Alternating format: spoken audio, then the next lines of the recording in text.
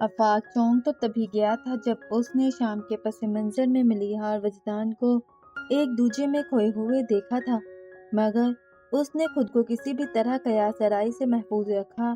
وہ ملیحہ اور وجدان دونوں کو ہی اچھی طرح جانتا تھا۔ ملیحہ سلجھی ہوئی سمجھدار لڑکی تھی اور وجدان بھی سلجھے مزاج کا شخص تھا جو اپنے کام سے کام رکھنا پسند کرتا تھا۔ آفاق نے اسے کبھی لڑکیوں میں دلچسپی لیتے نہیں دیکھا تھا۔ ان دونوں سے ہی کسی نادانی کی امید رکھنا فضول تھا۔ بعد کے دنوں میں آفاق نے ان دونوں کو ایک دوسرے سے بے نیازی برتتے ہی دیکھا، مگر اسے یوں محسوس ہوتا تھا کہ وہ پوری جان سے ایک دوسرے کی طرف متوجہ ہیں۔ پھر وہ لمحوں کی بے اختیاریاں بھی آفاق سے چھپی نہ رہ سکیں، لیکن وہ مستقل انہیں اپنا بہم سمجھ کر جھٹکتا رہا۔ مگر جس دن نورالہدیٰ ملیحہ کو لینے آئے تھے، آفاق نے گیٹ سے اندر آتے ہوئے دونوں کو ساتھ کھڑے دیکھا تھا۔ آفاق اسے باہر گاڑی تک چھوڑ کر واپس آیا تو وجدان بھی وہیں کھڑا تھا۔ کہاں ہو گئے؟ وجدان نے اپنے خیال سے ابھر کر آفاق کو دیکھا۔ میں نہیں کھویا، دل کھو گیا ہے۔ سچ کہہ رہے ہو؟ آفاق سنجیدہ ہوا۔ وجدان نے ہنستے ہوئے کہا، نہیں مذاق کر رہا ہوں، اور اب اندر چلو، یہاں تو بہت دھوپ ہے۔ وجدان بات بدل گیا تھا، لیکن آفاق کو یقین ہو گیا کہ ان دو سلجھے ہوئے لوگوں کے درمیان کوئی الجھا ہوا سا تعلق ضرور ہے۔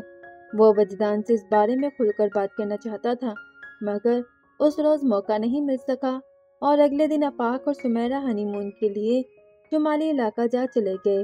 پھر 10 دن بعد ان کی واپسی ہوئی۔ دوسرے ہی دن وہ وجدان سے ملنے اپنے پاپا کے آفس گیا تھا، مگر وہ وہاں ملا ہی نہیں تو واپس آ گیا۔ آج آفس آئے تھے۔ رات کو ڈائننگ ٹیبل پر کھانے کے دوران منیر حسن نے آفاق سے پوچھا، وجدان سے ملنے گیا تھا اور جناب وہاں تھے نہیں۔ اس کی بات کاٹ کر منیر حسن نے اس کی بات پوری کی۔ آفاق خاموشی سے کھانا کھانے لگا۔ کیا کہتا؟ وہ تو وجدان کے لیے بے حد پریشان تھا۔ اگلے دن آفس سے واپسی پر اس کے گھر چلا گیا، مگر وہ گھر پر نہیں تھا۔ آفاق اس کے نام میسج چھوڑ آیا، لیکن وجدان ہنوز لاپتہ ہی رہا۔ آج 17 دسمبر تھا اور آفاق جانتا تھا کہ آج ملیحہ کی ایگزیبیشن ہے۔ وہ کچھ دن پہلے ہی پاس لے آیا تھا۔ اس کا ارادہ تھا کہ ملیحہ کو سرپرائز دے گا۔ آفس سے فارغ ہو کر سیدھے آرٹ کونسل جانے کی بجائے آفاق ڈیلی نیوز پیپر کے آفس آ گیا۔ آرٹس کونسل میں زبردست ایگزیبیشن لگی ہے، چلو گے؟ وہ اپنے رپورٹر دوست ساجد کی ڈیسک پر آ کر بولا۔ چلو گے؟ وہ اچنبے سے بول کر ہنسا۔ میں تو لیٹ ہو گیا ہوں یار، میرا اسسٹنٹ رپورٹر اس وقت آرٹس کونسل میں بیٹھا مجھے دعائیں دے رہا ہوگا۔ شام کے اخبار میں نمائش کی کور رپورٹ چھاپنی ہے۔ میں نے اس سے کہا تھا ڈائریکٹ وہیں پہنچ جائے، میں بھی سیدھا وہیں آؤں گا، لیکن ایڈیٹر صاحب نے آفس بلا لیا۔ اب وہ میری جان چھوڑنے تو میں جاؤں، کتنی دیر لگے گی؟ بس یہ رپورٹ فائنل کر دوں پھر چلتے ہیں، اس نے کہا اور رپورٹ میں گم ہو گیا۔ آفاق ایک کرسی پر بیٹھ کر اس کے فارغ ہونے کا انتظار کرنے لگا تھا۔ ساجد نے جلدی ہی اپنا کام ختم کر لیا تھا۔ وہ رپورٹ ایڈیٹر کے ٹیبل پر رکھ کر واپس آیا تو آفاق اسے دیکھ کر اٹھتا ہوا بولا، ویسے وجدان بھی اگر ہوتا تو مزہ آ جاتا۔ ہاں یار، ہماری تگڑی پوری ہو جاتی۔ ساجد بھی بولا، چل پھر اسے بھی اٹھا لیتے ہیں، پر اٹھانا کہاں سے ہے یہ بھی تو پتا ہو۔ آفاق کے جواب میں وہ بولا، لائبریری سے۔ آفاق حیران ہوا، لائبریری سے؟ تجھے راستے میں بتاتا ہوں، اس نے کہا اور آفاق کو ساتھ لے کر چل پڑا۔ یہ لائبریری کا چکر کیا ہے؟ ڈرائیونگ کرتے ہوئے آفاق نے ساجد سے پوچھا۔ چکر لائبریری کا نہیں، لڑکی کا ہے۔ وجدان اور لڑکی کا چکر؟ امپاسبل۔ آفاق حیران ہوا، وہ تو لڑکیوں کو بھاؤ تک نہیں دیتا اور لڑکیاں ہمیں بھاؤ نہیں دیتی، پر دیکھ لو، تمہاری شادی بھی ہو گئی اور میری منگنی بھی۔ بھائی یہ جو دنیا ہے نا، اتفاقات کا مجموعہ ہے، یہاں کچھ بھی ہو سکتا ہے۔ سورج مغرب سے نکل سکتا ہے، دیا آندھی میں جل سکتا ہے، پانی میں آگ لگ سکتی ہے، اور وجدان کو محبت ہو سکتی ہے۔ تو مجھے آج بتا رہا ہے؟ اس کی ساری بکواس کے جواب میں آفاق بگڑ کر بولا، مجھے بھی کچھ دنوں پہلے ہی پتا چلا ہے، وہ بھی اتفاقاً۔ اس نے بدک کر صفائی میں کہا تو آفاق بولا، ٹریلر تو دکھا دیا، فلم بھی دکھا دو۔ یار کوئی اتنی لمبی چوڑی بات نہیں ہے۔ 2-3 مہینے پہلے میں اور وجدان لائبریری میں گئے تھے، وہاں وہ بار بار ایک لڑکی کی طرف دیکھ رہا تھا۔ وہ لڑکی تھوڑی خوبصورت تو تھی، پر سچ بات ہے مجھے تو ایسی خاص نہیں لگی کہ وجدان جیسا گہرا بندہ اس کی ایک جھلک دیکھ کر ہی متاثر ہو جائے۔ پھر وہ لڑکی اٹھ کر چلی گئی۔ ہم لوگ بھی اپنے کام سے فارغ ہو کر اٹھ گئے اور بات آئی گئی ہو گئی، بلکہ اس کے بعد سے جو اسے لاپتہ رہنے کی بیماری ہو گئی ہے، تو مجھے بھی شک بھی نہیں ہوا کہ یہ اس لڑکی کے چکر میں لائبریری جاتا ہوگا۔ وہ تو پرسوں میں وہاں گیا تو اسے وہاں دیکھا، پھر خود ہی میرے پوچھنے پر بتانے لگا کہ صبح سے شام تک لائبریری میں ہوتا ہوں، لائبریری بند ہونے کے بعد سڑکیں ناپتا ہوں، پھر جب نیند آنے لگتی ہے تو گھر چلا جاتا ہوں۔ بس اسی بات پر مجھے شک ہوا۔ اس سے پوچھا تو ہنسنے لگا، لیکن تردید بھی نہیں کی۔ وہ آخری جملے پر سوچتا ہوا بولا، ہاں، آفاق گہرے سوچ میں ڈوبا ہوا تھا۔ اس کی نگاہوں میں بار بار اس شام کا منظر گھوم رہا تھا، جس میں تخت پر بیٹھی ملیحہ اور اس انداز میں اپنے سامنے بیٹھے وجدان کو دیکھ رہی تھی، جس کے انداز میں بھرپور برفتگی تھی۔ آفاق کی پیشانی پر لکیریں سی ابھر آئیں۔ وجدان لائبریری کی پتریلی سیڑھیوں پر بیٹھا کتاب کے ورق الٹ رہا تھا، جب آفاق اور ساجد اس کے سر پر آ پہنچے۔ اگر علم کے سمندر میں یوں ہی گوتے پہ گوتا لگاتے رہے تو کسی دن ڈوب جاؤ گے۔ آفاق نے ہاتھ مار کر کتاب بند کر دی، اور ہم تجھے لینے آئے ہیں۔ مگر میں نہیں جا سکتا، اس نے فوراً انکار کر دیا۔ کیوں؟ جواب میں وجدان گریز کے کچھ پلوں کے بعد بولا، میں کسی کا انتظار کر رہا ہوں۔ اس کی بات سن کر ساجد بولا، جس کے انتظار میں تو 3 مہینے سے دھول پھانک رہا ہے، وہ آج بھی نہیں آئے گی۔ میں نے کبھی بھی اس کے آنے کی شرط اپنے انتظار کے سامنے نہیں رکھی۔ تو تم مانتے ہو تم اس لڑکی کے انتظار میں یہاں آئے ہو؟ ساجد اچانک ہی سنجیدہ ہو گیا تھا۔ نہ ماننے سے کیا فرق پڑ جائے گا؟ وہ آہستہ سے بولا، وجدان، مجھے تم سے اس پاگل پن کی امید نہیں تھی۔ آفاق چڑ سا گیا۔ جس لڑکی کی تم نے صرف شکل ہی دیکھی ہے، اس کے لیے خود کو اس طرح برباد کر رہے ہو، کیا یہ دیوانگی نہیں ہے تو؟ وہ مسکرایا، اور دیوانے کو صرف اپنی دیوانگی سے مطلب ہوتا ہے۔ ایک دن کے ناگے سے تیری دیوانگی میں کوئی فرق نہیں پڑ جائے گا، نہ وہ آ کر تیری غیر حاضری نوٹ کرنے والی ہے۔ اب اٹھ جا، ساجد نے کہا۔ پھر اس کے نہیں کرنے کے باوجود وہ دونوں اسے گھسیٹتے ہوئے گاڑی میں لے آئے۔ وہ آیا تو بے دلی سے تھا، مگر نمائش میں ملیحہ کو دیکھ کر وہ اس اتفاق پر حیران رہ گیا۔ آفاق نہ جانے کدھر تھا، اور اس کے ساتھ کھڑا ساجد کسی سے انٹرویو لے رہا تھا۔ وجدان اپنے آپ ہی اس کی طرف چل پڑا۔ اس کے ہاتھ میں ساجد کا کیمرہ تھا۔ بنا سوچے ہی غیر ارادی طور پر اس نے ملیحہ کی کئی تصویریں کھینچ لی۔ اپنے چہرے پر فلیش کی روشنی محسوس کر کے ملیحہ اس طرف متوجہ ہوئی تو وجدان کو دیکھ کر وہ بھی حیران رہ گئی۔ وہ دونوں ہر طرف سے بیگانہ آپس میں باتیں کر رہے تھے۔ تبھی آفاق اس طرف چلا آیا۔ رنگ تو اس نے ملیحہ کے چہرے پر بھی دیکھے تھے، مگر وجدان کی آنکھوں کی چمک نے اسے واقعی الجھا دیا تھا۔ ملیحہ پلٹ چکی تھی۔ آفاق چلتا ہوا وجدان کے پاس آ گیا اور اس کے کندھے پر ہاتھ رکھ کر گمبھیر لہجے میں بولا، وہ میری بہن ہے۔ وجدان نے اس کی طرف دیکھا جو جاتی ہوئی ملیحہ کو دیکھ رہا تھا، اور میں تمہاری بہن سے شادی کرنا چاہتا ہوں، وہ اپنے مخصوص واضح انداز میں بے دھڑک بولا تھا۔ آفاق اسے دیکھتا رہا، پھر اس کے شانے سے ہاتھ ہٹا کر بولا، باہر چل کر بات کرتے ہیں۔ میں نے ملیحہ کو پہلی بار لائبریری میں دیکھا تھا۔ وہ گھاس پر آفاق کے مقابل دونوں ہاتھ پیچھے ٹکائے دور آسمان کی وسعت میں کھویا کہہ رہا تھا۔ میں وہاں ساجد کا انتظار کر رہا تھا کہ ملیحہ کو آتے دیکھا۔ پہلی غیر ارادی نظر کے بعد میں نے ان پر سے نگاہ ہٹا لی تھی، پر نظر ہٹانے کے بعد میرا دل چاہا ایک بار اور ان کی طرف دیکھوں۔ اپنی یہ خواہش بھی مجھے عجیب لگی تھی۔ میں ان پر سے توجہ ہٹانے کے لیے کتاب پڑھنے لگا، اور تھوڑی ہی دیر میں ساجد بھی آ گیا تھا، مگر میں ملیحہ سے اپنی توجہ ہٹا نہیں پایا۔ وہ ایسی جگہ بیٹھی تھی کہ ہر بار صفحہ الٹتے وقت میری نظر ان کے چہرے پر ٹھہر جاتی۔ اتنے فاصلے اور اونچائی پر ہونے کے باوجود مجھے ان کا ہر نقش بہت صاف دکھائی دے رہا تھا۔ میں ان کی پلکوں کا اٹھ کر گرنا محسوس کر رہا تھا۔ ان کی گردن کی ہر حرکت کے ساتھ ان کے گلے میں پڑی باریک چین پر پڑتے بل بہت واضح نظر آ رہے تھے۔ ان کے بال بار بار ان کے چہرے پر آ جاتے، اور وہ انہیں اپنے چہرے سے ہٹانے کے لیے ہاتھ سے سمیٹ کر پیچھے کرتی تو ایسے میں ان کی کلائی میں پڑی چند چوڑیاں کھنک جاتی۔ میں اس کھنک کو سن رہا تھا، ایسا لگ رہا تھا وہ بالکل میرے سامنے بیٹھی ہیں۔ وہ رکا اور پھر مسکرا کر گویا ہوا، پھر ایسا لگا کہ وہ ڈسٹرب ہو رہی ہیں۔ وہ ایک دم سے کتاب پر سے نگاہ ہٹا کر ارد گرد دیکھتی اور پھر دوبارہ سر جھکا کر کتاب پڑھنے لگتی، مگر کچھ دیر بعد وہ پھر سے اپنے آس پاس دیکھنے لگتی۔ شاید انہوں نے میری نظروں کو محسوس کر لیا تھا۔ وہ مسکرایا، پھر مسکراہٹ روک کر بولا۔ کچھ دیر بعد وہ اٹھی اور چلی گئیں۔ ایسا لگا کوئی خواب ختم ہو گیا ہو، مگر خواب کا اثر باقی تھا۔ اگلے دن مجھے لائبریری میں کوئی کام نہیں تھا، مگر پھر بھی لائبریری آ گیا۔ مجھے خود بھی اپنی اس حرکت کی وجہ سمجھ نہیں آئی، لیکن ملیحہ کو دیکھ کر کچھ سوچنے سمجھنے کی ضرورت ہی نہیں رہی۔ پھر وہ چلی گئیں تو میں بھی اٹھ گیا، مگر اس روز ان کے جانے سے خواب ٹوٹا نہیں تھا، مستقل ہو گیا تھا۔ تیسرے دن پھر میں وہیں بالکنی میں آ کر بیٹھ گیا، مگر وہ نہیں آئیں تو میں پریشان ہو گیا۔ اگر وہ نہ آئیں تو وہ 2 دن سے آ رہی تھیں، لیکن ضروری تو نہیں تھا کہ آج بھی آتی۔ اس خیال کے باوجود میں وہاں سے ہلا نہیں۔ دوپہر ڈھلنے کے بعد وہ آ ہی گئی، مگر میری نظروں نے انہیں کچھ زیادہ ہی پریشان کر دیا تھا۔ ذرا دیر بعد ہی وہ اٹھ کر جانے لگی۔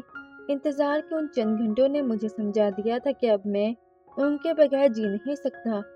میں بھی ان کے پیچھے باہر آ گیا اور سیڑھیوں پر انہیں آواز دے کر روک لیا۔ انہوں نے پلٹ کر مجھے دیکھا اور میں نے ان کی آنکھوں میں، بولتے بولتے ہی ایک دم وجدان کے ہونٹوں پر مسکراہٹ آئی۔ نہیں دیکھنا چاہیے تھا، اگر کچھ بچا بھی تھا تو ان کی آنکھوں میں ڈوب گیا۔ میں نے ان سے کہا، آپ مجھ سے شادی کریں گی؟ اتنا کہہ کر وہ زور سے ہنس پڑا اور ہنسی کے بیچ کہنے لگا، بہت غصہ آ گیا تھا انہیں، اتنا غصہ کہ مجھے ڈانٹ بھی نہیں سکیں، پر میں نے ان سے کہہ دیا کہ اپنے سوال کے جواب کے لیے میں قیامت تک ان کا انتظار کروں گا۔ تیسرے دن وہ آئیں تو، مگر میرے انتظار کے لیے نہیں، کتاب واپس کرنے۔ لیکن اتنا بھی غنیمت تھا کہ وہ مجھ سے بات کرنے پر راضی ہو گئی۔ مجھے نہیں پتا محبت کا اظہار کیسے کرتے ہیں، مجھے صرف اتنا سمجھ میں آیا کہ اپنا دل کھول کر ان کے سامنے رکھ دوں۔ مجھے واقعی محبت کا اظہار کرنا نہیں آیا۔ اس دن کے بعد ملیحہ پھر وہاں نہیں آئی۔ وہ اب گردن گرائے گھاس کو دیکھتے ہوئے بول رہا تھا، 2 مہینے ہر روز صبح سے شام تک میں ان سیڑھیوں پر بیٹھتا دعا کرتا کہ جواب دینے نہ صحیح مگر وہ اپنا چہرہ دکھانے ہی آ جائیں۔ وہ تو نہیں آئیں، مگر میں ان کی جھلک دیکھنے ان کے پاس پہنچ جاؤں گا، ایسا تو سوچا ہی نہیں تھا۔ اس شام تمہارے گھر میں ملیحہ کو دیکھ کر مجھے یقین ہی نہیں آیا تھا۔ پتہ ہے ان کا انتظار کرتے کرتے اکثر میں خود سے الجھ پڑتا، میں ان کی خاطر مٹتا جا رہا ہوں اور انہیں احساس ہی نہیں ہے، مگر اس روز محسوس ہوا وہ اتنی بھی بے نیاز نہیں۔ بولتے بولتے اس نے نظر اٹھا کر آفاق کو دیکھا، لیکن یہ احساس میرے لیے کافی نہیں ہے آفاق، میں زندگی کا ہر پل ان کے ساتھ بتانا چاہتا ہوں۔ مجھے وہ حق چاہیے کہ انہیں اپنا کہہ سکوں۔ وہ چپ ہوا اور یوں ہی ہاتھ آگے کر کے جھاڑنے لگا۔ آفاق نے اسے دیکھا اور پوچھا، ملیحہ نے کبھی اس بارے میں تم سے بات کی ہے؟